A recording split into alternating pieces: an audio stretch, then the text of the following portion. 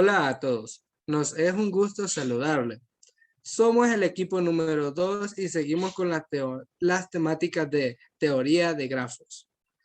Los integrantes del equipo son, comenzando con mi persona, Edwin Brian Cerritos Lobo. Tengo 22 años y soy originario de Nueva Guadalupe, San Miguel. Escogí esta carrera para seguir creciendo mis conocimientos y dar lo mejor de mí a la hora de laborar. Lo dejaré a continuación con mi compañero Robert Alexander. Hola a todos, un gusto saludarles. Mi nombre es Robert Alexander Benítez Flores, tengo 23 años, soy originario del Islique, departamento de La Unión, y bueno, decidí continuar con mis estudios universitarios, en primer lugar porque ya cuento con lo que es el profesorado de matemática, ¿verdad? Entonces, y segundo porque considero de que eso me va a ayudar a obtener más oportunidades laborales, porque sentí la necesidad también de expandir un poco más mis conocimientos en el área. Hola a todos, mi nombre es Daisy Patricia Arevalo de Ulloa, soy originaria de Delicias de Concepción. Cuento con un profesorado en educación básica para primer y segundo ciclo. Al darme cuenta de los planes complementarios, pues decidí integrarme, no solamente para crecer mis conocimientos, sino también para acrecentar mi ámbito laboral. Hola a todos y a todas, mi nombre es Glenda Yamilet Arevalo Velázquez, vivo en Delicias de Concepción, departamento de Morazán. Actualmente cuento con mi profesorado en educación básica y decidí incorporarme a los planes complementarios para poder ampliar mis conocimientos. Mi nombre es Valeria Yamilet Romero Cisneros. Tengo 24 años de edad, vivo en Jocotillo, Mercedes Umaña, departamento de Usulután. Decidí continuar con la carrera de licenciatura en educación, especialidad en matemática, para llenarme mucho más de conocimientos y así también poder tener más oportunidades laborales.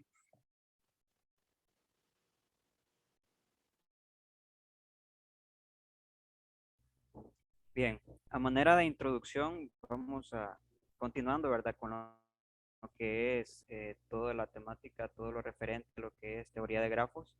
En esta ocasión estaremos abordando específicamente los contenidos 8.3, donde estaremos viendo lo que son subgrafos, grafos isomorfos y grafos homomorfos. También se estará abordando lo que es el contenido 8.4, donde estaremos hablando de caminos y conectividad. Entonces, como siguiente, lo que vamos a tratar de hacer es brindarles las definiciones más importantes para que sirvan, ¿no? en el desarrollo del contenido y entender un poco mejor de lo que estamos hablando. Continuando con la retroalimentación, en este espacio se dará a conocer los conceptos básicos que se necesitan para poder tener una idea general de la temática que se va a desarrollar. Como primer concepto tenemos el concepto de grafo. Dice que en matemáticas y ciencias de la computación, un grafo, del griego grafos, dibujo o imagen, es un conjunto de objetos llamados vértices o nodos unidos por enlaces llamados aristas o arcos, que permiten representar relaciones binarias entre elementos de un conjunto. Son objeto de estudio de la teoría de grafos. Arista. Una arista dice que es el segmento de recta que limita la cara, también conocida como lado, de una figura plana. En la geometría sólida se le llama arista al segmento de línea donde se encuentran dos caras. Vértice. El vértice es el punto de una figura geométrica donde se unen dos o más elementos unidimensionales. Estos pueden ser curvas, vectores, rectas, semirrectas o segmentos. Grado de un vértice. En teoría de grafos, el grado o valencia de un vértice es el número de aristas incidentes al vértice. Subgrafo.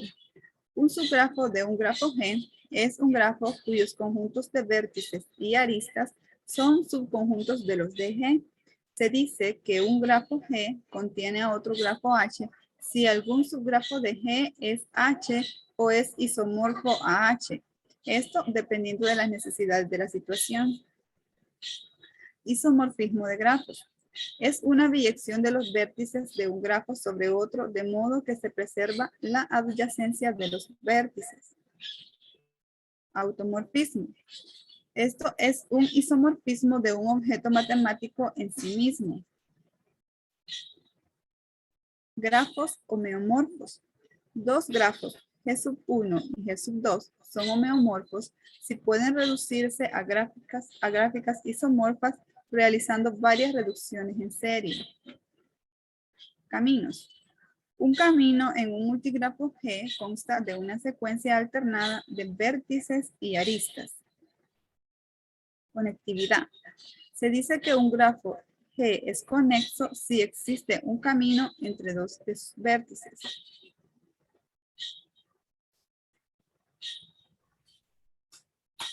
A continuación Bien. vamos a desarrollar lo que es el contenido. Bien, iniciando con lo que es ya el contenido del 8.3, estaremos hablando específicamente de lo que son los subgrafos. Vaya, aquí tenemos una pequeña definición de lo que es un subgrafo. Nos dice que hay que considerar un grafo G, V, E, que V vendría siendo los vértices, ¿verdad? E serían las aristas. Entonces, un grafo H, V, E, se denomina un subgrafo si sus vértices y las aristas están contenidas en los vértices y las aristas de G. Entonces, si V' está contenido en V y si E' está contenido en E en particular. Ahora bien, tenemos lo que es también otra definición de lo que estaríamos hablando, un tipo de grafo, tipo de subgrafo, podríamos decirlo así, que sería subgrafo inducido. Entonces nos dice que un subgrafo H, V, E de G, V, E se denomina subgrafo inducido por sus vértices. Son un conjunto de aristas de E, todas las aristas de G y cuyos puntos extremos pertenecen a los vértices en H.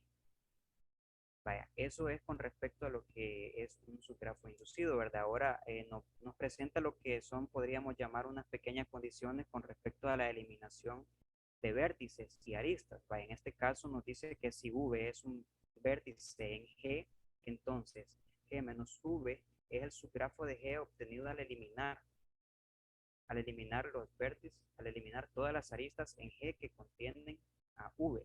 Vaya, en este caso lo que nos dice es lo siguiente, en pocas palabras, ¿verdad? De que nosotros podemos eliminar los vértices, pero también tenemos que considerar que tenemos que eliminar las aristas que pasan por este vértice, podríamos así decirlo. Entonces, tendríamos que tener ese cuidado al momento de lo que es poder determinar su grafo, por decirlo así.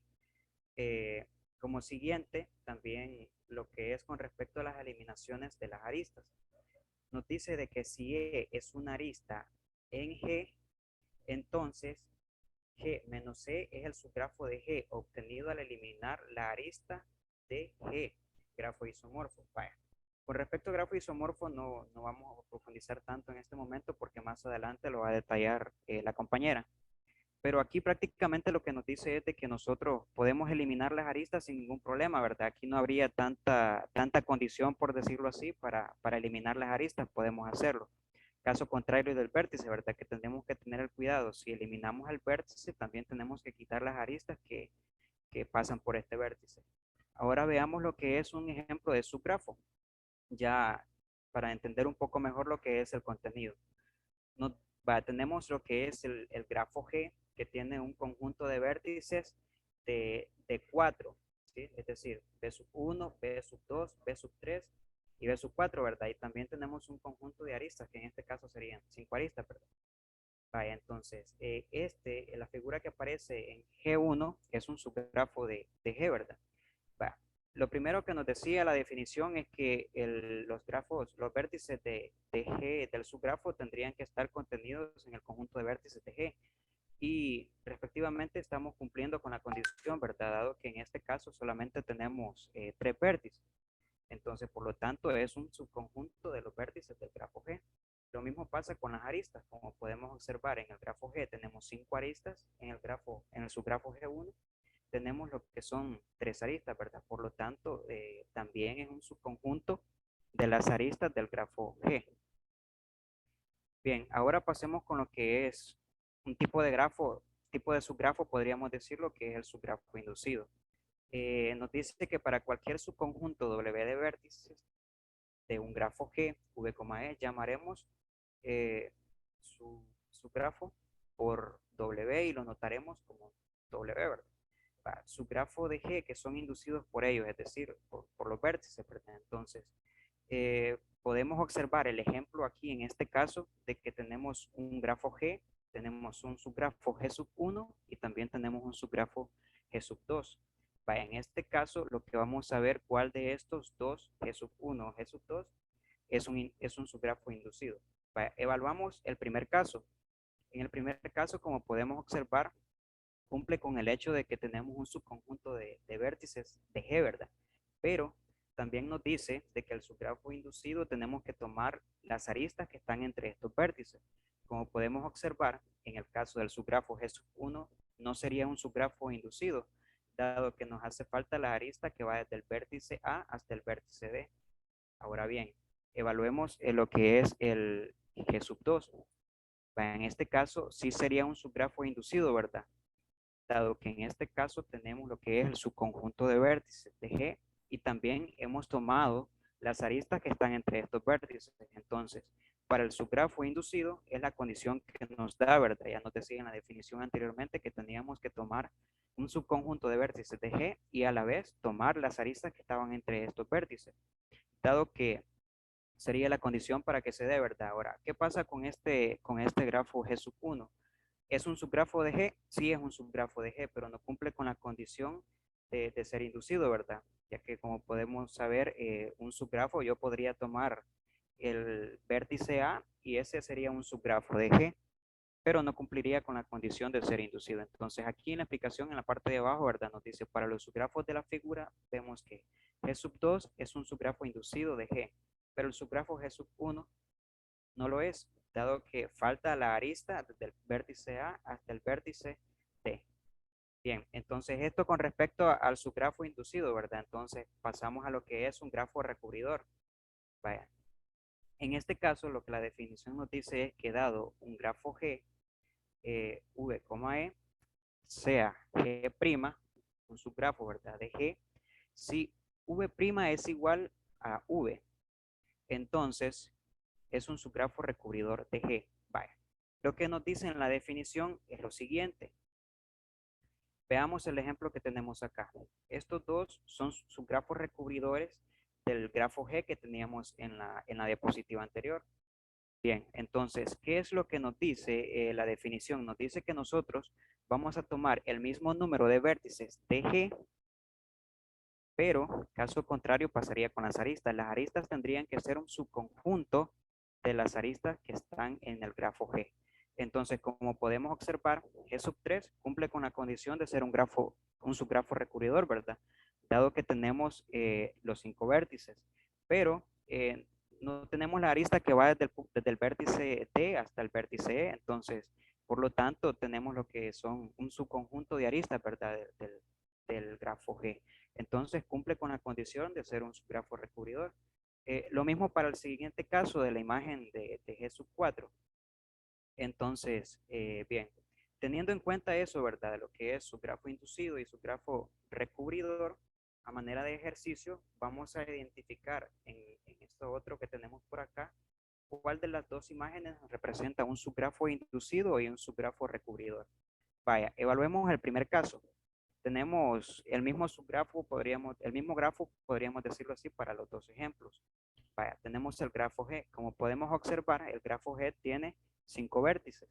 Bien, la primera condición para que sea un subgrafo recubridor es que tiene que tener el mismo número de vértices, ¿verdad? Entonces, por lo tanto, aquí lo que tendríamos que hacer es evaluar cuál de esos 3 subgrafos es inducido o no. Vaya, empecemos con G sub 1. Vaya, G sub 1 no podría ser un subgrafo inducido dado que falta la arista que va desde el vértice 2, podríamos decirlo así, al vértice 4. Entonces, no cumple con la condición, ¿verdad? G sub 2 tampoco cumpliría con la condición, ya que podríamos ver aquí del vértice 3, podríamos decir al vértice 2, va una arista que no está contemplada que no está contemplada en el grafo G. Entonces, por lo tanto, no cumple con la condición de ser un subgrafo inducido. Vemos el caso de G sub 3. G sub 3 cumpliría con la condición, ¿verdad? Dado que tenemos un subconjunto de vértices y también hemos tomado las aristas que están entre ellos. Entonces, esa sería la forma de poder identificar fácilmente si un subgrafo es inducido o no, ¿verdad? Entonces, para el siguiente caso, en el siguiente caso tenemos que evaluar cuál de los tres subgrafos es un subgrafo recubridor o no lo es. Vaya, evaluemos el primero, G sub 1. Como podemos observar, tenemos el mismo número de vértices, ¿verdad? Pero nos hace falta una arista. Entonces, por lo tanto, tenemos el mismo número de vértices y tenemos un subconjunto de aristas del grafo G. Entonces, por lo tanto, estaría cumpliendo con la condición de ser un subgrafo recubridor. Ahora bien, en los otros dos casos, ¿verdad? Lo que sería G sub 2, ya no sería un subgrafo recubridor en primero porque tiene una arista que no va en el grafo original, ¿verdad? Entonces lo descartaríamos completamente. Y G sub 3 no sería un subgrafo recubridor dado que no tiene el mismo número de vértices de G. Entonces, las condiciones o las situaciones a tomar en cuenta, por decirlo así, es lo que nos mencionaba en la definición, ¿verdad? Un subgrafo inducido, tomamos un subconjunto de vértices, pero también tomamos las aristas que están entre ellos. Y el subgrafo recubridor, tomamos el mismo número de vértices, pero tenemos que tomar un subconjunto de aristas del grafo G. Entonces, de mi parte eso sería todo y los dejo con la compañera que va a continuar con el siguiente contenido.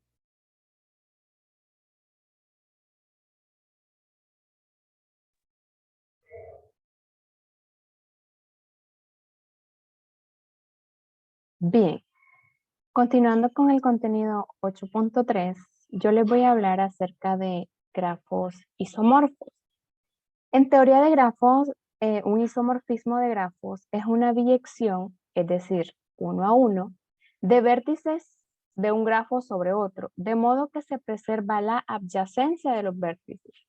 Más formalmente, el isomorfismo entre dos grafos G y H es una biyección F entre los conjuntos de sus vértices que preserva la relación de adyacencia, es decir, cualquier par de vértices U y V de G son adyacentes si y solo si lo son sus imágenes. Ahí tenemos la imagen de U y la imagen de V en H, es decir, que vamos a tener dos grafos. Y una de las condiciones para saber si estos dos grafos son isomorfos es que entre ellos exista la adyacencia. Y eso lo vamos a ver más adelante, ¿verdad? Con referencia a una matriz. Aquí tenemos lo que es el primer ejemplo. Dice que a pesar de su diferencia aspecto, los dos grafos que muestran a continuación son isomorfos. Es decir, no importa que entre ellos sean diferentes, siempre y cuando cumplan con las condiciones de isomorfismo. En este caso, tenemos un grafo G y tenemos un grafo H. Primero que nada, nosotros en esta parte tenemos un isomorfismo entre G y H. Tenemos una entrada, como toda función, y tenemos una salida que normalmente la conocemos como imagen. Entonces, para cada vértice del grafo G debe existir una imagen, es decir, otro vértice en el grafo H. ¿Y qué condición debe de cumplir? Principalmente que tengan el mismo grado, es decir, que de él parta la misma cantidad de aristas.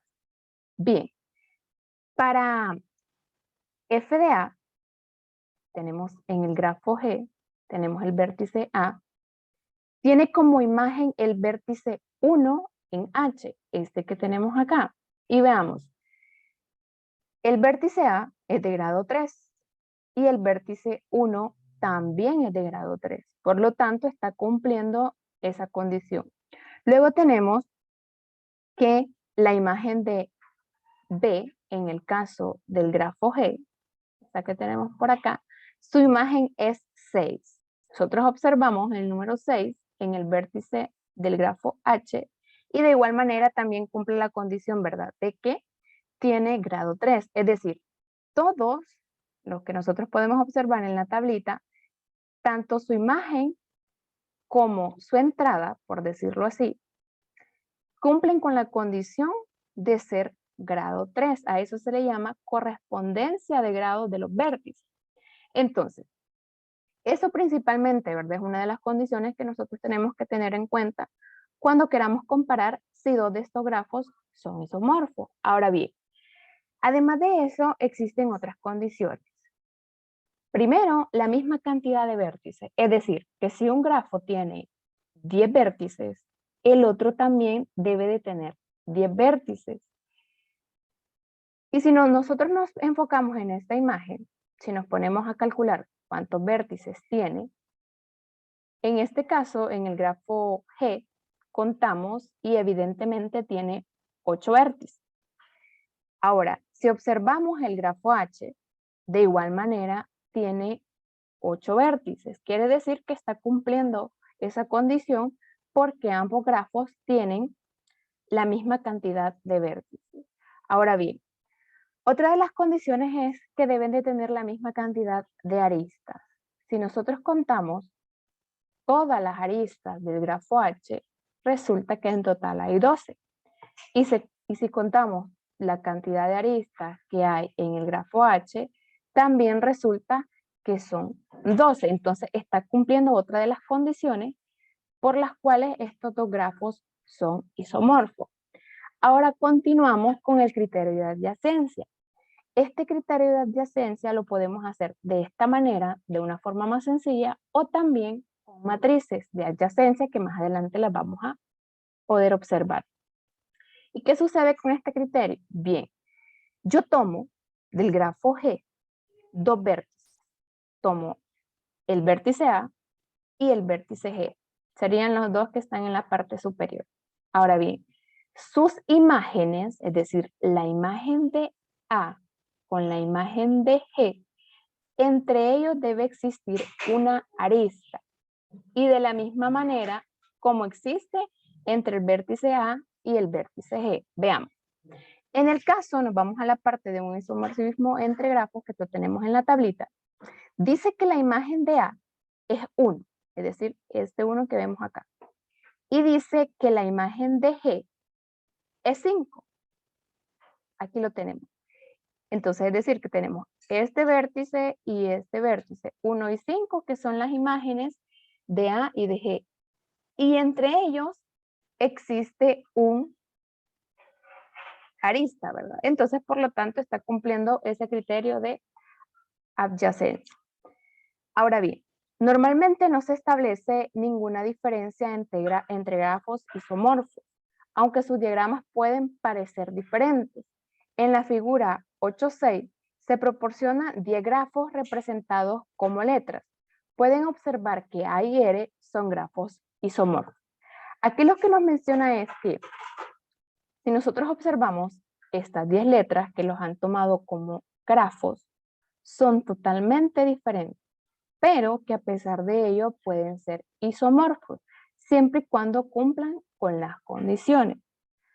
Y más adelante vamos a ver un ejemplo donde dos grafos pueden ser iguales, pero también pueden ser isomorfos. Entonces digamos que eso no nos va a detener. El hecho de que sean iguales o sean diferentes puede cumplir siempre con que sean isomorfos. Bien, retomando acá, dice que A y R son isomorfos. Vamos a comprobarlo. Vemos que son figuras totalmente diferentes para iniciar.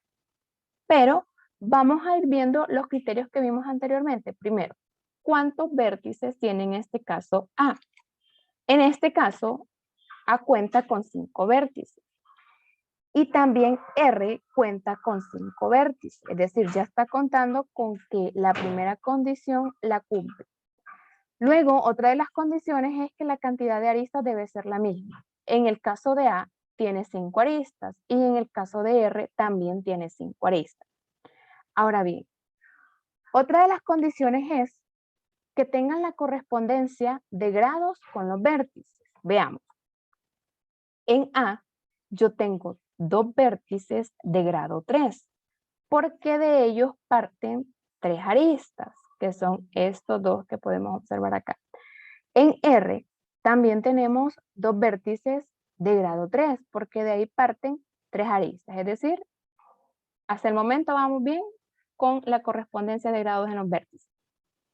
Luego tenemos en A un vértice de grado 2, porque de él parten 2 aristas. En el caso de R también tenemos un vértice de grado 2, porque de él parten 2 aristas. Bien, ya hemos igualado, podemos decir, 3 vértices de cada una de las letras y nos quedan 2. Tenemos acá que en A hay 2 vértices de grado 1, porque de ellos parten únicamente una arista.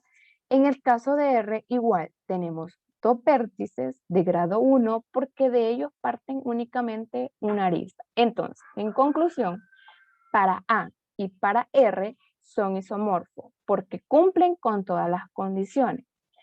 Y lo mismo sucede con F y T. Aquí tenemos F y tenemos T, que como podemos observar son totalmente diferentes, pero que de la misma manera como A y R cumplen las condiciones. Pero ustedes se preguntarán, si usted se pone a contar cuántas aristas y cuántos vértices tiene F y tiene T, tiene la misma cantidad que las que tiene A y R. Entonces ustedes dirán, ¿y entonces por qué entre A y F ellos no son aristas? Perdón, no son isomorfos. Aquí viene el detalle. El hecho de que a mí me cumpla 2 condiciones no significa de que si hay una tercera y no me la cumple, puede ser isomorfo. Ahí caeríamos en un error, porque me tiene que cumplir todas las condiciones para que verdaderamente esos 2 grafos sean isomorfos. Veamos aquí el detalle. Nosotros aquí tenemos en F principalmente un vértice de grado 3. De él parten 3 aristas. En T nosotros también tenemos un vértice de grado 3. Ahora bien, tenemos en este caso también en F un vértice de grado 2. Y en el caso de T de la misma manera tenemos un vértice de grado 2. Y si nosotros recordamos, en la letra A y la letra R tenía 2 vértices de grado 3. Entonces, desde ese momento ya no me está cumpliendo porque tiene que tener la misma igualdad en el grado de los vértices, aunque tenga 5 vértices, pero si no cumple con que el grado sea el mismo, ahí ya descartamos que eso puede ser un isomorfismo. Luego también tenemos que K y X son isomorfos, ¿verdad? Y se utilizan los mismos criterios. También dice que son isomorfos M, S, V y Z. Luego tenemos otro ejemplo. En este ejemplo nos dice, sean los siguientes grafos G sub 1 y G sub 2, perdón. Aquí podemos observar nosotros la imagen. Tenemos los 2 grafos. Entonces, vamos a ver nosotros si estos 2 son isomorfos. Entonces, para ello, lo que nosotros vamos a hacer es, primero, hacerlo de 1 a 1, ¿verdad? La biyección. Es decir, a cada vértice de G sub 1 le debe de corresponder un vértice de G sub 2. Es lo primero que nosotros hacemos. Ahí tenemos que a la imagen de A, yo le voy a colocar A minúscula, ¿verdad? Yo le voy a colocar del grafo G sub 2 A mayúscula. Y veamos, en esta parte nosotros tenemos A y tiene grado 2, es un vértice de grado 2. Y la imagen en G sub 2 que le hemos agregado también tiene grado 2 porque de él parten 2 aristas. Luego tenemos B en el caso de G sub 1. En el caso de él también tiene un vértice de grado 2. Y si nosotros observamos, todos tienen grado 2. Entonces, se puede decir que nosotros podemos asignarle cualquiera de los vértices de G sub 1 a G sub 2. Pero, en este caso, como nosotros vamos a tener lo que es el criterio de la adyacencia, tenemos que saber ubicarlo. Porque los grafos de G sub 1 y G sub 2 son isomorfos sí y solo sí. Para alguna ordenación de vértices y lados, sus matrices de incidencia son iguales. Es decir, que tanto la matriz de G sub 1 tiene que ser igual a la matriz de G sub 2. Entonces vamos a ver nosotros en este momento cómo quedarían esas matrices y el por qué. Primero que nada, aquí cada vértice y cada arista está nombrado, es decir, tengo A en los vértices A, B, C, D, E. Y en las aristas tengo X sub 1, X sub 2, X sub 3, X sub 4 y X sub 5.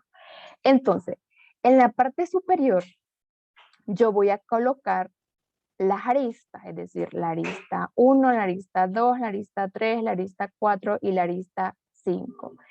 Y en la parte del lado izquierdo, yo voy a colocar los vértices, vértice A, vértice B, vértice C, vértice D y vértice E. Ahora bien, aquí lo que yo tengo que ver es que tanto el vértice como la arista tengan relación. Y lo vamos a ver. Primero que nada, yo observo acá lo que es la arista 1, X sub 1. Y voy a observar yo si esta arista X sub 1 tiene relación con el vértice A. Veamos.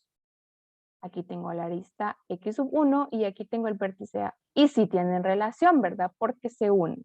Entonces yo le voy a poner 1, porque de él me parte una arista, es decir, que hay una en común. Ahora bien, luego con la misma arista X sub 1, yo lo observo con el vértice B. Y yo veo de que el vértice B con la arista X sub 1 no tienen ningún contacto. Es decir, si yo eliminaría todo lo demás y solo me quedo con la arista X sub 1 y el vértice B, nunca se van a tocar, ¿verdad? Entonces yo le pongo 0 porque no tienen ninguna incidencia. Lo mismo sucede con C y D. X sub 1 no tiene ninguna incidencia con esos vértices, pero sí la tiene con el vértice E. Por eso también nosotros le colocamos 1.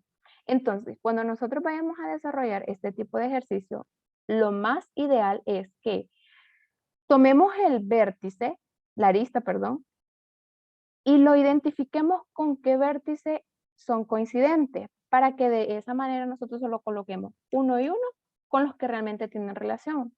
Y con los demás directamente le coloquemos 0, ¿verdad? Para no estarnos tardando mucho en esa resolución.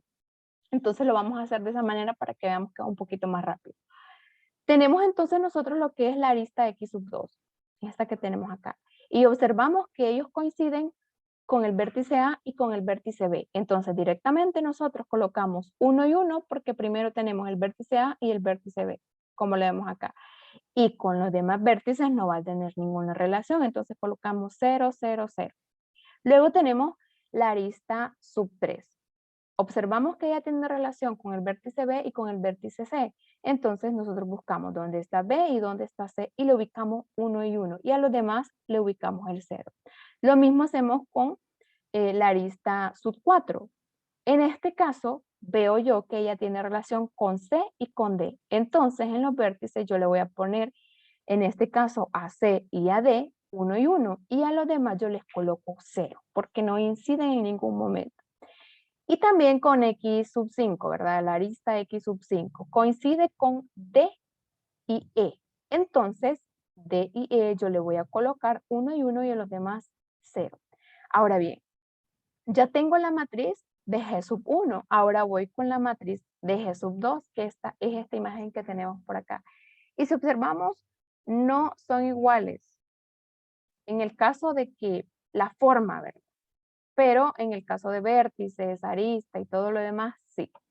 Entonces, nosotros colocamos, en este caso, las aristas son representadas con Y, es decir, Y sub 1, Y sub 2, Y sub 3, Y sub 4 y Y sub 5.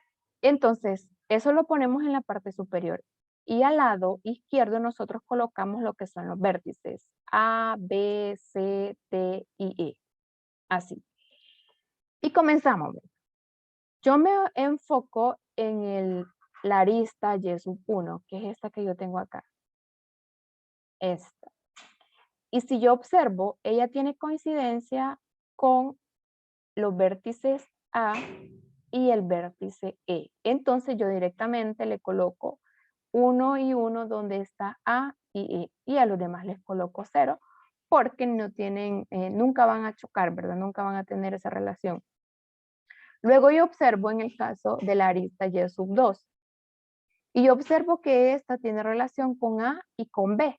Entonces, yo donde tengo Y sub 2 en la matriz, donde está el vértice A y el vértice B, yo le voy a colocar 1 y 1 y a los que continúan 0, ¿verdad? Por lo mismo que no tienen ninguna relación. Luego yo tengo el Y sub 3, la arista Y sub 3, que esta tiene relación con B y C. Entonces yo observo dónde está la arista Y sub 3 y donde yo tengo P y C le coloco 1 y 1 y a los demás les coloco 0 y 0. Luego yo tengo el Y sub 4, la arista Y sub 4.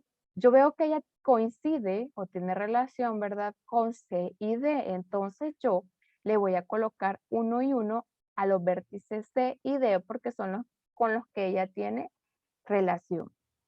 Y los demás se les ubica el número 0. Ahora vamos con la arista Y sub 5. En el caso de la arista Y sub 5, ella tiene relación con el vértice D y con el vértice E.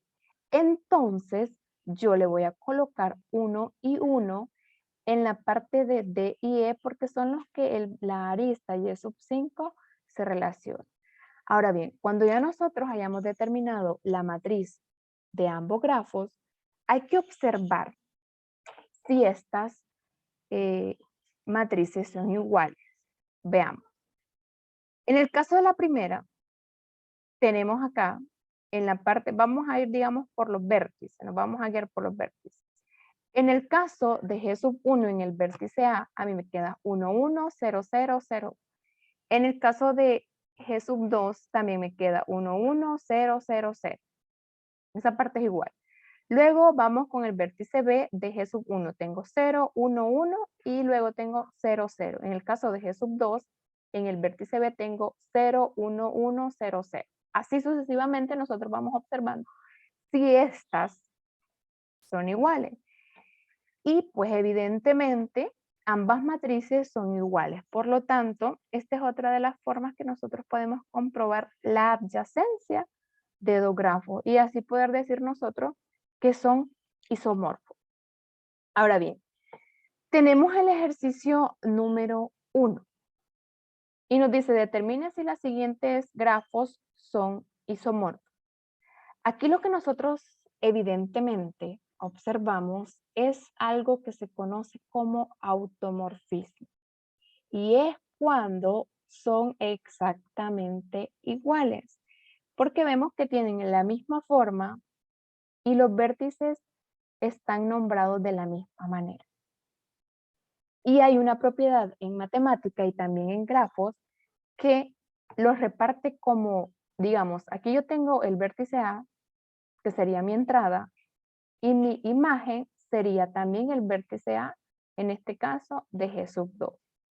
En la solución nos dice que si son isomorfos, ya que cuentan con la misma correspondencia entre los grados de los vértices, misma cantidad de aristas y vértices, porque aunque sean iguales, en grafos la propiedad que manda, por ejemplo, de A a A, es isomorfismo. Entonces, desde el momento que nosotros observemos dos grafos que son exactamente iguales, a eso se le conoce como automorfismo y directamente nosotros podemos deducir que eso es un isomorfismo. Ahora bien, pero el hecho de que estos dos grafos sean iguales no significa que son únicos, porque lo vamos a ver a continuación. En este caso, yo puedo mandar de G sub 1 el vértice A con el vértice A de G sub 2. Y es lo único que yo puedo mantener por el hecho de que el vértice A de G sub 1 es de grado 3 y el vértice A de G sub 2 también es de grado 3. Es por la única razón que esos sí se tienen que mantener. Ahora bien, en el caso siguiente, yo aquí tengo de G sub 1 el vértice B y le puedo agregar su imagen, en este caso del grafo G sub 2, le puedo agregar el vértice D y no hay ningún problema porque ambos son de grado 1, pero también yo a B le podría agregar el mismo, ¿verdad? Que sería B de G sub 2 o también lo puedo dejar como B de G sub 1 y a él le correspondería C de G sub 2. Y no hay ningún problema porque está cumpliendo con la condición de que es de grado 1. Pero esto se hace para comprobar de que el hecho de que sean iguales no significa de que siempre puede ser automorfismo, ¿verdad? Sino que yo le puedo cambiar, le puedo variar, es decir, la correspondencia con respecto a los grados. Entonces yo aquí ubiqué B con D, luego tengo del grafo G sub 1 el vértice C, lo he asociado con el vértice B del grafo G sub 2. Y luego yo tengo que el vértice D de G sub 1 lo he asociado con el vértice C de G sub 2. Y no hay ningún problema, ¿verdad? Me sigue cumpliendo con el hecho de que esto es un isomorfismo. Y ahora nosotros con esta parte, si no queremos hacer las matrices, ¿verdad? Que es un procesito un poquito más largo, lo podemos hacer así, ¿verdad? De esta manera como lo hicimos en la primera parte.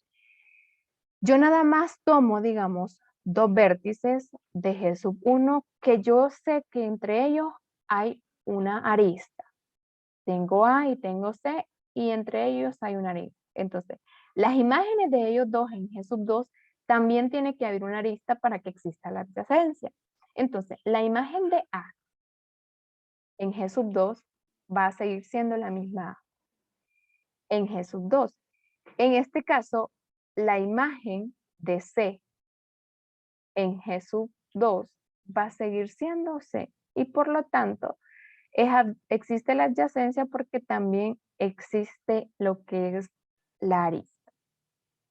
Ahora bien, en este caso vamos a resolver lo que es el ejercicio número 2, que nos dice: observe la siguiente imagen, determine para G y G' lo siguiente. En el primero nos pide la cantidad de aristas. Es lo primero que nos está pidiendo. En este caso, lo que yo hago es contar, ¿verdad? Simplemente contar cuántas aristas hay entre los vértices. Aquí yo cuento que hay 1, 2, 3, 4, 5, 6, 7, 8 y 9. Son 9 aristas para G. En el caso de G sub', yo tengo 1, 2, 3, 4, 5, 6, 7, 8 y 9. También tengo 9 aristas. Ahora bien, en el caso del literal B, me pide la cantidad de vértices. En el caso de G, si yo cuento, ¿verdad? Son 6 vértices. En el caso de G sub', de igual manera, son 6 vértices. Entonces ya me va cumpliendo 2 de las condiciones. Entonces nos hacen la pregunta en el literal C. ¿Son isomorfos estos dos grafos? Nos han cumplido 2 de las condiciones, ¿verdad? Pero falta que ver que realmente cumplan todas las condiciones para que exista el isomorfismo. Y en este caso, ambos grafos no son isomorfos. Y es porque no cumplen con el criterio de correspondencia entre los grados de los vértices. ¿Por qué? Veamos. En el caso de G', el grado mayor que tengo en un vértice es 4. Y en el caso de G también. Pero lo que sucede aquí es esto. Yo observo que en G de grado 4 únicamente tengo 2 vértices. Solamente son 2 vértices. Y en el caso de G sub', aquí yo tengo 3 vértices de grado 4. Entonces, desde ese momento, como no existe la correspondencia de grado entre los vértices, yo descarto la posibilidad de que ambos grafos sean isomorfos. Y eso ha sido toda mi participación con la temática. Va a quedar con ustedes el siguiente compañero hablándole de los siguientes grafos. Bueno, continuando con la temática, a mí me toca hablar sobre lo que son los grafos homeomorfos. Ustedes se harán la pregunta, ¿qué son los grafos homeomorfos? Los grafos G sub 1 y G sub 2 son homeomorfos si pueden reducirse a gráficas isomorfas, realizando varias reducciones en serie. La reducción en serie se da cuando en una gráfica G las aristas V,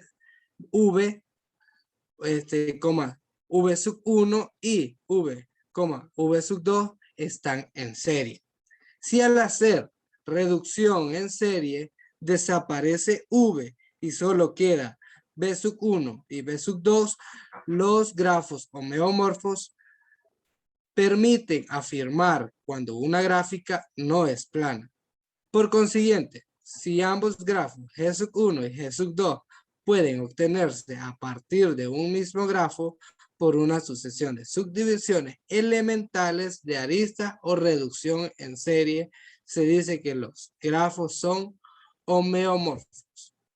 Bueno, esto quiere decir que en teoría de grafos, dos grafos son G sub 1 y G sub prima son homeomorfos si hay un isomorfismo gráfico de algunas subdivisiones de G.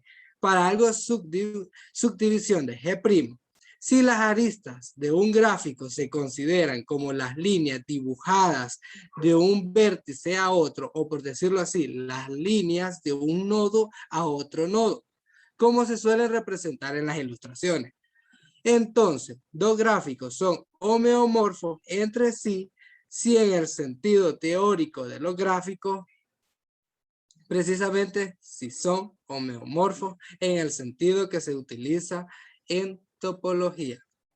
Para poder hablar de homeomorfos tenemos que hablar sobre lo que son la subdivisión. Quiere decir, una subdivisión de aristas de un grafo G igual a V, E, subdividir una arista es igual a tengo mi arista E, es igual a B sub 1 de mi vértice 1 a mi vértice 2. Pertenece a la arista E. Consiste en incluir un nuevo vértice V al conjunto de vértices del grafo. Quiere decir que tomo mi arista con dos de sus vértices, hago una partición de B sub 1 a B sub 2, creo un nuevo vértice que sería V. De vértice 1 a vértice y de vértice a vértice sub 2. Como podemos ver en el ejemplo, tenemos nuestro grafo isomorfo. Tenemos nuestra arista E, nuestro vértice sub 1, nuestro vértice sub 2. Creamos la partición, el vértice V. Podemos ver que vértice sub 1 a vértice V y de V a vértice sub 2 creamos lo que es la subdivisión. Pero podemos definir como subdivisión elemental, hacerlo de una manera más teórica o por decirlo así, con un teorema, una subdivisión elemental, establecemos una subdivisión elemental en un grafo simple G cuando realizamos los siguientes pasos. Primer paso, supresión de una arista, por decirlo así, hablando ya de en general X, Y. Anexión de un vértice Z, creación de las aristas X, Z y Z, Y. Eso sería como un teorema de la subdivisión elemental. Ahora bien, podemos hablar sobre homeomorfismo de grafos. Diremos que dos grafos G y G' son homeomorfos si son isomorfos, así como lo explicó nuestra compañera Valeria. Una muy buena explicación. A sucesiones subdivisiones de un mismo grafo. Uno puede obtenerse a partir del otro mediante una sucesión de subdivisiones de arista. Una de las cualidades o llamada propiedad de los grafos homeomorfos es su planeidad. O sea que son planos. Propiedad de los grafos planos. La propiedad es inevitable bajo homeomorfismo. Si un grafo G es plano, cualquier grafo G' homeomorfo será plano. Teorema. Escuchen muy bien. Un teorema. Si un grafo grafo contiene un subgrafo que es homeomorfo a un grafo no plano, entonces el grafo no es plano. Podemos ver en el ejemplo. Partimos de un grafo isomorfo. Venimos y representamos un grafo homeomorfo, partiendo sobre las subdivisiones de lo que les estábamos hablando anteriormente. Pero como partimos de un grafo isomorfo, por deducción podemos ver que no es un grafo, es un grafo plano. Podemos decir que nuestro grafo, nuestro subgrafo homeomorfo es un grafo plano.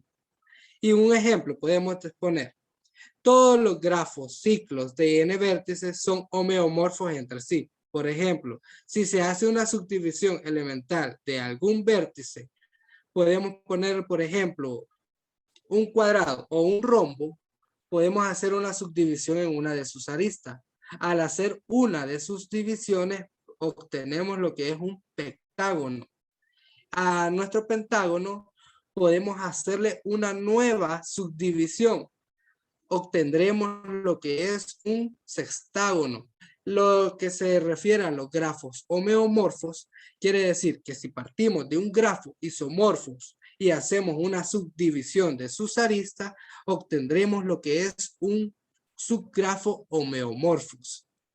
Esto sería lo de mi participación sobre lo que son los grafos homeomorfos, y les dejaría con mi compañera. Continuando con lo que es los contenidos 8.4, caminos y conectividad, vamos ahorita a abordar la temática sobre caminos. Un camino en un multigrafo G consta de una secuencia alternada de vértices y aristas de la forma B sub 0, E sub 1, B sub 1, E sub 2, B sub 2, E sub n menos 1, Bn menos 1, E a la sub n, V a la sub n, donde cada arista E sub i contiene a los vértices B sub i menos 1 y B sub i que aparecen a los lados de E sub i en la secuencia. Como ya hemos comprendido en los contenidos anteriores, ¿verdad? Tenemos muy claro lo que es un vértice y lo que es una arista. En este caso, el vértice se representa con la V y la arista con la E. En donde ahí B sub 0 indica que es el vértice inicial. Y E sub 1 es la arista que parte de este vértice. El número n de aristas se denomina longitud del camino. Ahora vamos a conocer lo que es un recorrido en un grafo. Dice que un recorrido es un camino sin aristas repetidas. Podemos observar ahí el ejemplo. Tenemos en la primera imagen donde está el grafo G y observamos en la segunda imagen donde ya está representándose un recorrido. Teniendo claro, ¿verdad? Como dijimos en el concepto de camino, que es una secuencia alternada de vértices y aristas. Los vértices se representan en los circulitos donde están las letras y las aristas son las líneas que parten de dichos vértices. Observamos ahí en la segunda imagen, si partimos desde el vértice F y nos dirigimos por la arista hasta llegar al vértice B y seguimos sucesivamente, podemos observar un recorrido partiendo de B, llegando hasta C, posteriormente vamos a F, luego nos dirigimos hacia el vértice E, culminando en el vértice D. Este es un ejemplo claro que hay un recorrido. Seguimos ahí con lo que es un camino cerrado. Un camino cerrado dice que es cuando el vértice inicial y final coinciden. Observamos la imagen. Si partimos desde el vértice A, seguimos por la arista y nos dirigimos hacia el vértice C, posteriormente hacia el vértice D, luego al vértice B y regresamos hasta el vértice A, estamos observando claramente que el vértice inicial y final están coincidiendo. Luego vamos a presentar lo que es un camino abierto. En este caso es lo contrario a lo que es un camino cerrado. El camino abierto es cuando el vértice inicial y final no están coincidiendo. Podemos observar la imagen, está el ejemplo donde si partimos desde el vértice D, luego nos dirigimos hacia el vértice E, posteriormente al vértice B y llegamos hacia el vértice C. En este camino no hemos iniciado en el mismo vértice en que terminamos. Por lo tanto, el vértice inicial y final no están coincidiendo. Ahora vamos a ver lo que es un camino simple. Un camino simple es un camino sin vértices repetidos. Podemos observar la imagen.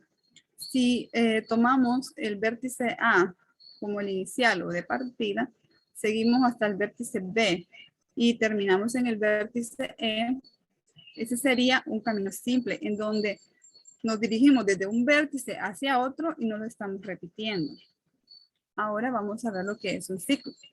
Un ciclo es un camino simple, dice que además es un camino cerrado. En este caso, ningún vértice se repite, excepto el primero y el último. Podemos observar la imagen que vimos anteriormente. Ahí está, si nosotros iniciamos desde el vértice C, nos dirigimos hasta el vértice E, posteriormente al vértice D y regresamos de nuevo hacia el vértice C, estamos viendo que es un ciclo porque hemos terminado en el mismo vértice en el que iniciamos y no hemos repetido los vértices anteriores, únicamente el inicial y el final. Ahora vamos a realizar un ejercicio. Podemos observar en la figura 1, nos dice, considerar el grafo G en la figura 1. ¿Qué nos pide? Nos pide encontrar 3 recorridos de A hasta F.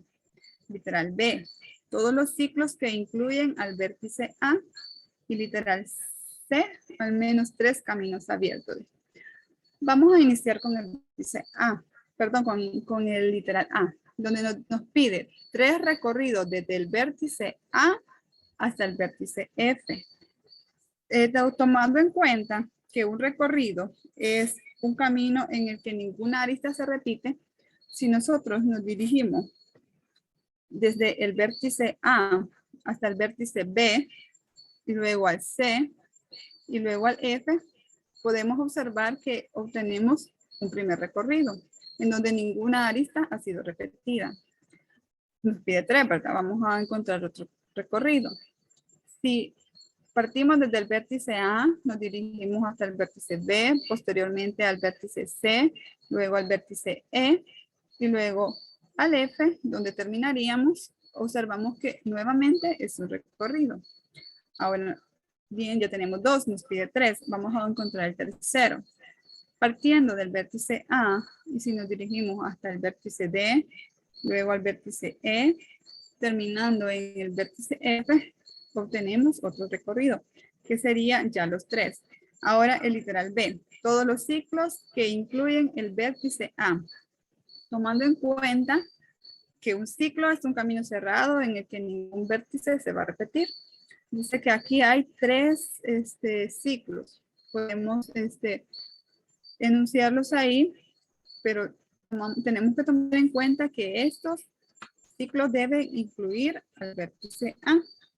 En primer lugar, si tomamos el vértice A, luego nos dirigimos hacia el vértice B, posteriormente al C, luego al D, y luego hasta el A, hemos encontrado un primer ciclo. Luego podemos ver si nos dirigimos del vértice A hasta el vértice B, luego el vértice C, el vértice E, el vértice D y luego el vértice A, tenemos otro ciclo. Y por último, si partimos desde el vértice A, posteriormente al vértice B, el vértice C, vértice F, vértice E, vértice D y terminamos en el A, tenemos otro ciclo. Ahora vamos a encontrar los caminos abiertos. Un camino abierto ya sabemos de que es donde no coinciden sus vértices, ¿verdad? Que es el inicial y el final.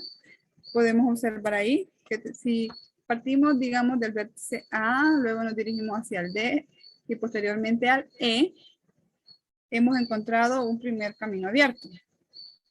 Luego tenemos otro, si partimos desde el vértice A, nos dirigimos hacia el B, posteriormente al C, tenemos otro camino abierto. Y por último, si partimos desde el vértice A, nos dirigimos hasta el vértice B y luego al vértice E, obtenemos otro camino abierto. Ahora vamos a observar un segundo ejercicio. Ahora nos dice que si es el grafo que se representa en la figura número 2, nos pide encontrar todos los caminos simples que hay desde el vértice A hasta el vértice C y posteriormente todos los caminos cerrados. Vamos a tomar en cuenta, ¿verdad? Como ya dijimos anteriormente, el concepto de camino simple. Sabemos que el camino simple es aquel en el cual ningún vértice se repite. Vamos a iniciar en el vértice A. Sería el primero, si partimos del vértice A, nos dirigimos hacia el vértice X, posteriormente al vértice Y, y por último llegamos al vértice C, hemos encontrado un camino simple en donde no hemos repetido ninguna arista. Ahora vamos a observar otro camino simple porque nos pide todo lo que hay, ¿verdad? Desde el vértice A hasta el vértice C. Si partimos desde el A y nos dirigimos hacia el vértice X, posteriormente al vértice B, posteriormente al vértice Y, y luego hasta el vértice C, obtenemos otro camino simple. Y serían los dos que se encuentran en esta imagen. Ahora dice todos los caminos cerrados. Podemos observar que en esta imagen únicamente encontramos un camino cerrado, ya que tenemos el concepto que es aquel en el que coincide el vértice inicial y el final. Si partimos desde el vértice B, nos dirigimos hacia el vértice X, posteriormente al Y, y como vamos a terminar donde iniciamos, nos dirigimos hacia el B, obtenemos claramente un camino cerrado. Esto sería toda la explicación sobre caminos. Espero que les haya quedado claro y dejo a mi compañera. Continuando con la temática, estaremos viendo lo que es conectividad. Nos dice que un grafo G es conexo si existe un camino entre dos de sus vértices. Un grafo es conexo si para cada par de vértices está conectado por un camino. Es decir, si para cualquier par de vértices existe al menos un camino posible desde A hacia B. Un grafo G es desconexo si dos o más de sus nodos no están conectados por caminos simples, es decir, que hay un espacio entre esos vértices.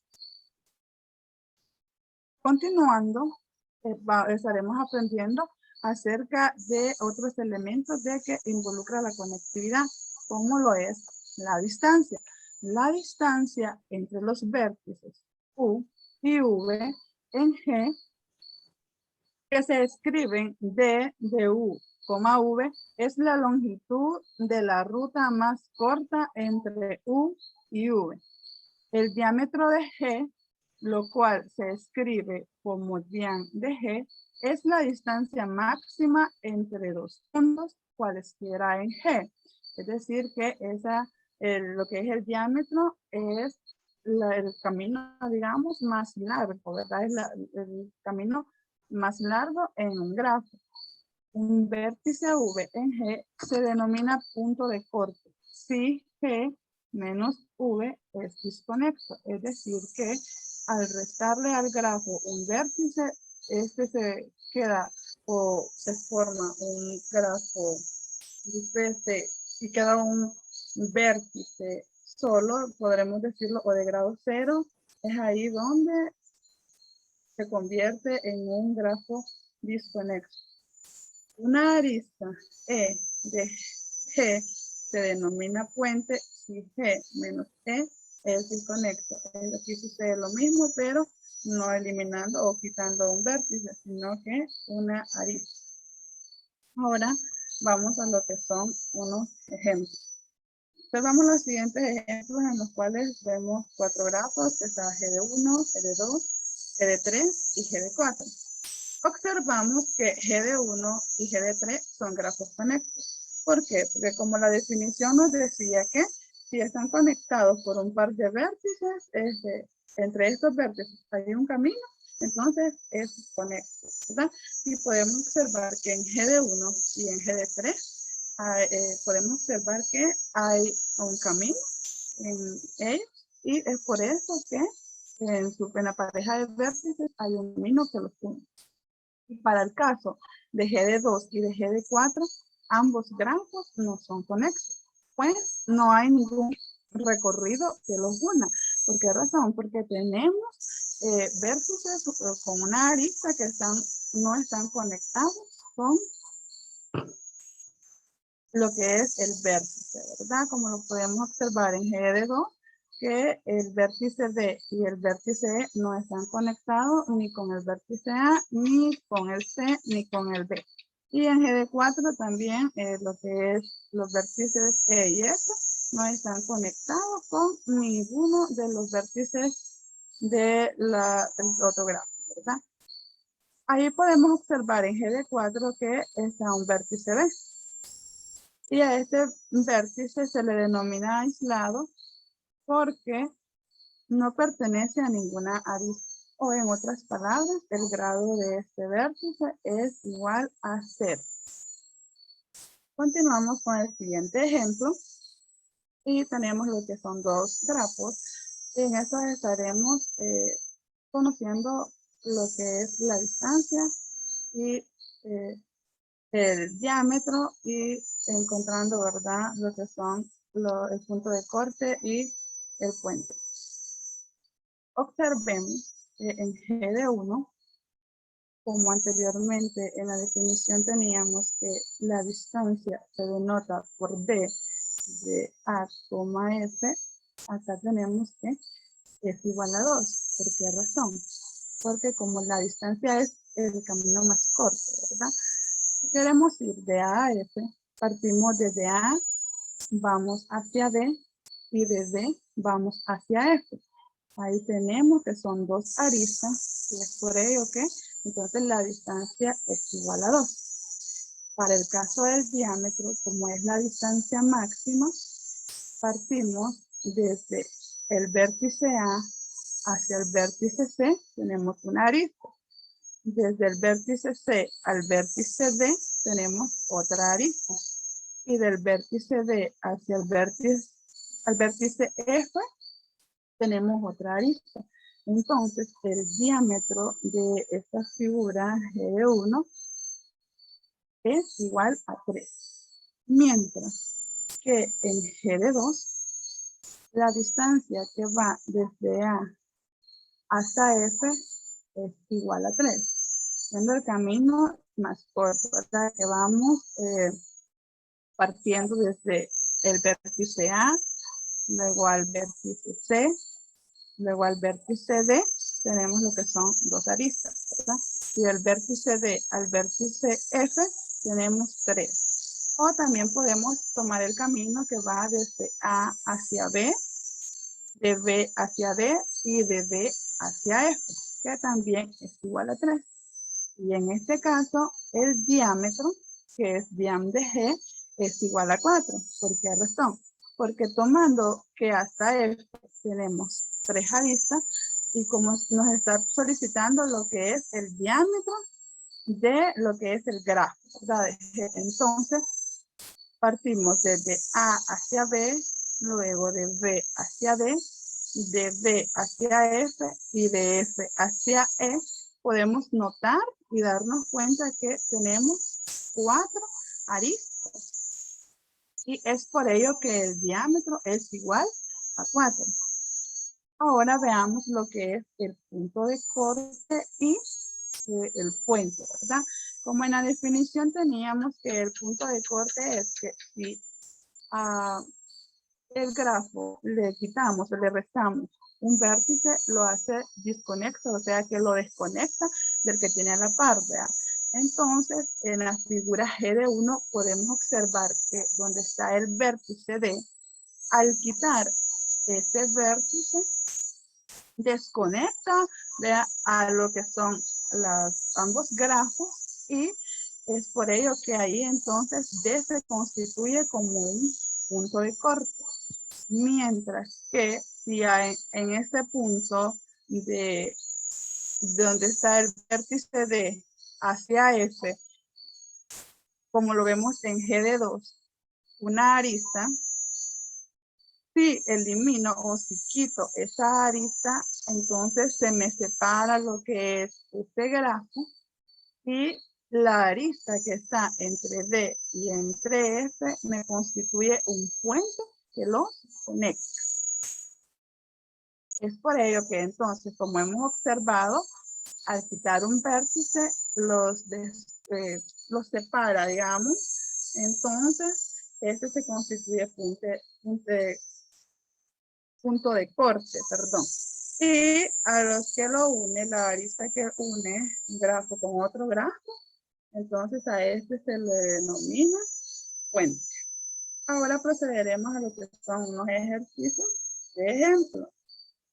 En la figura 1 consideramos encontrar lo que es la distancia que va desde A hasta F y el diámetro de G, ¿verdad?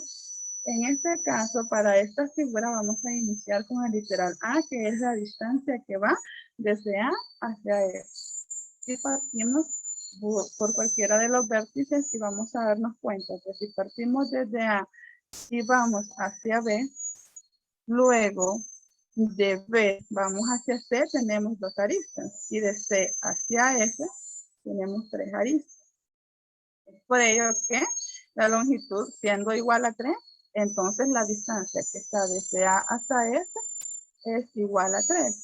Es lo mismo como que si partiésemos desde A y vayamos a D, y de D vayamos a E, tenemos 2 aristas, y de E a F también tenemos 3 aristas. Entonces, es por ello que, como lo repito nuevamente, la distancia es igual a 3. Ahora veamos el diámetro en G. Siendo que también es igual a 3. ¿Por qué? Porque 3 es la máxima longitud que está en esta figura. Ahora procedemos a lo que es el siguiente ejemplo. Vayamos así el ejercicio número 2. En la figura número 2 nos solicita encontrar cuáles son conexos, cuáles son los puntos de corte y cuáles son los puentes.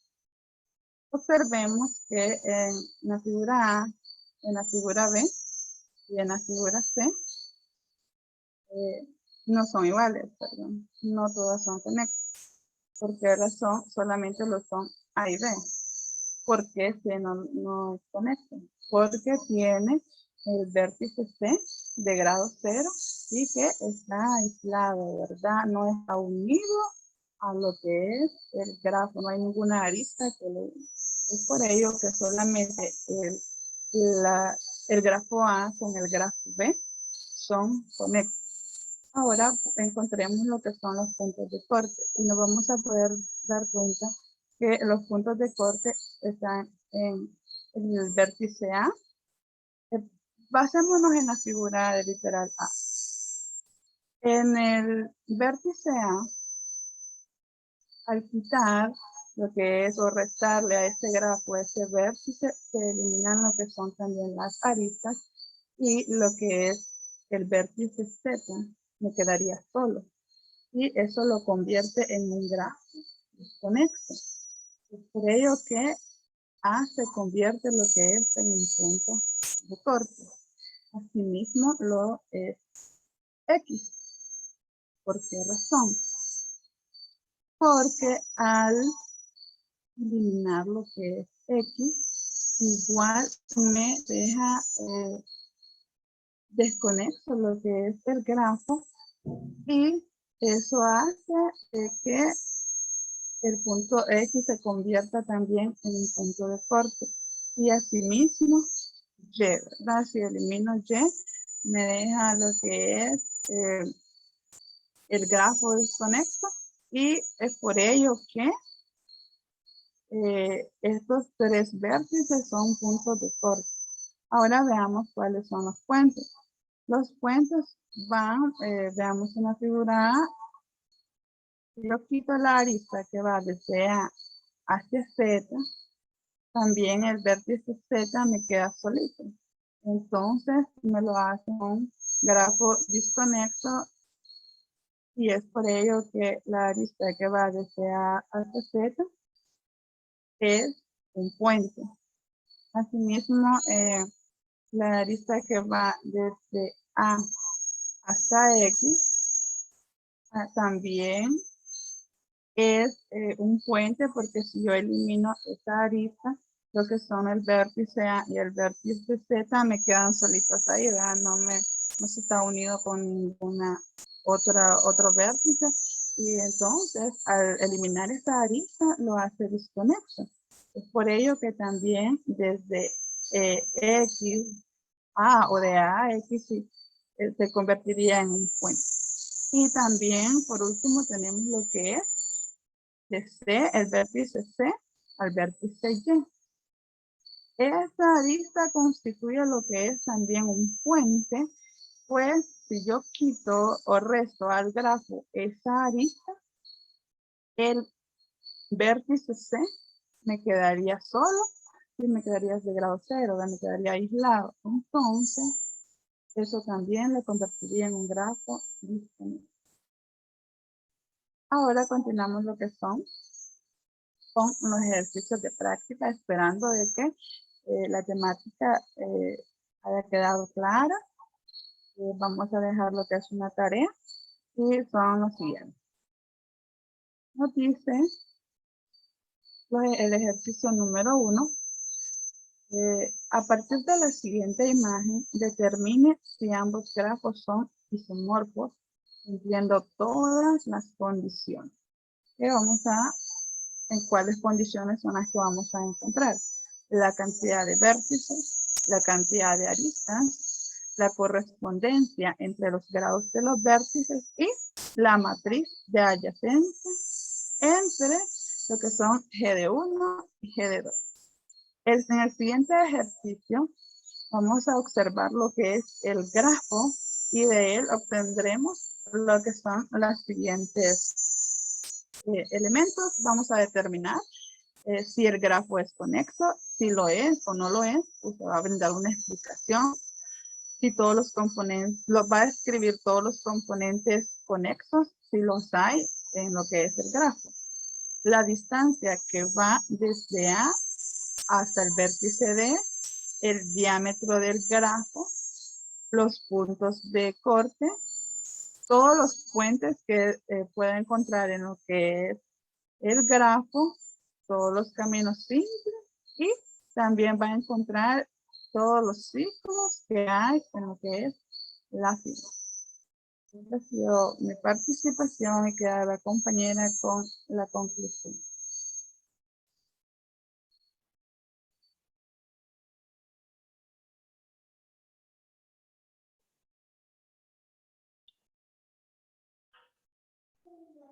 Bien, en la conclusión vamos a tratar de ser un poco breve, ¿verdad? Hemos visto lo que son subgrafos, hemos visto también dos tipos de grafos, además de ello vimos lo que son caminos y conectividad.